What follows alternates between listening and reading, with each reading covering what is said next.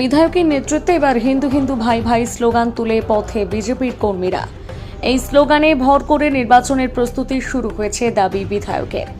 বছর খুললে রাজ্য বিধানসভা নির্বাচন। সেই বিধানসভা নির্বাচনকে একদিকে যেমন পাখির চোখ করেছে রাজ্যের শাসক দল, তেমনি এই নির্বাচনে পূর্ণ উদ্যমে নাচতে চাইছে রাজ্যের বিরোধী দল বিজেপি। বিজেপির লক্ষ্য হিন্দু ভোটকে এক কাটা করে নিজেদের ভোট বাক্স ভরানো। সেই লক্ষ্যে আগেই হিন্দু হিন্দু ভাই ভাই স্লোগান তুলে দেওয়াল লিখন করেছে বিজেপি। পাল্টা সেই স্লোগানে বিজেপিকে বিধে পোস্টার দিয়েছিল তৃণমূল। সেই পোস্টার যুদ্ধের মাঝে এবার হিন্দু হিন্দু ভাই ভাই স্লোগান তুলে পথে নামল বিজেপি। আজ সকালে বাঁকুড়ার ধলডাঙ্গা মোড়ে বাঁকুড়ার বিজেপি বিধায়ক নীলাদ্রি শেখর দানার নেতৃত্বে বিজেপি কর্মী সমর্থকেরা রাস্তায় নামে। বিধায়কের দাবি 2024-এর নির্বাচনের প্রস্তুতি তারা শুরু করে দিয়েছে।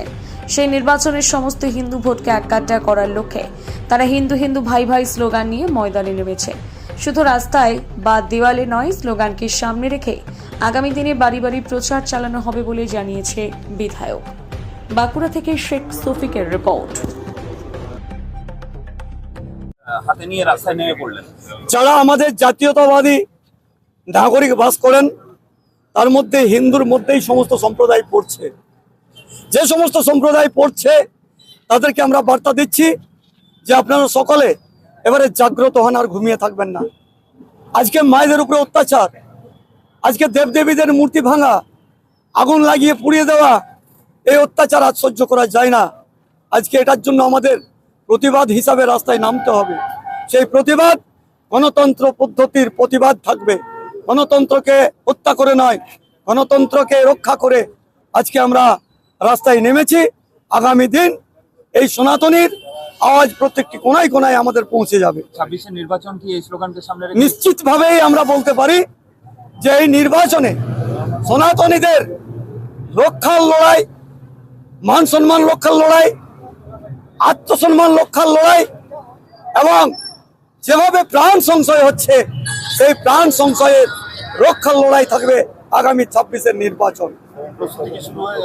একদম শুরু হয়ে গেছে, আমরা রাস্তায় নেমে গেছি। আগামী দিন আমরা রাস্তাতেই থাকবো, জনগণের সাথে থাকবো, জনগণের হৃদয়ের কাছে আমরা পৌঁছাবো। এইটুকু আওয়াজ নিয়ে সমস্ত দুনিয়ার হিন্দু এক হও, এই স্লোগান আমাদের থাকবে। তৃণমূল তো বলছে সাম্প্রদায়িকতার রাজনীতি করছে।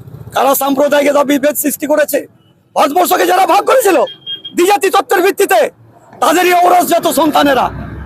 এই কংগ্রেস, জওয়াহরলাল নেহরু, মোহাম্মদ আলী জিন্নাহ যখন দ্বিজাতি তত্ত্বের ভিত্তিতে ভারতকে ভাগই করেছিল, কেন সেদিন পাকিস্তানে ফিরিয়ে নেয়নি এই একটা সম্প্রদায়কে? ভারতবর্ষের বীজ তারা রোপণ করে গেছে। তারাই হচ্ছে প্রকৃত সাম্প্রদায়িক, যারা ক্ষমতার লোভে সাম্প্রদায়িকতার উস্কানি দিয়ে, সাম্প্রদায়িকতার নামাবলী গায়ে দিয়ে এই দেশে ক্ষমতায় এসেছে। তাদেরকে ছুঁড়ে ফেলেছে।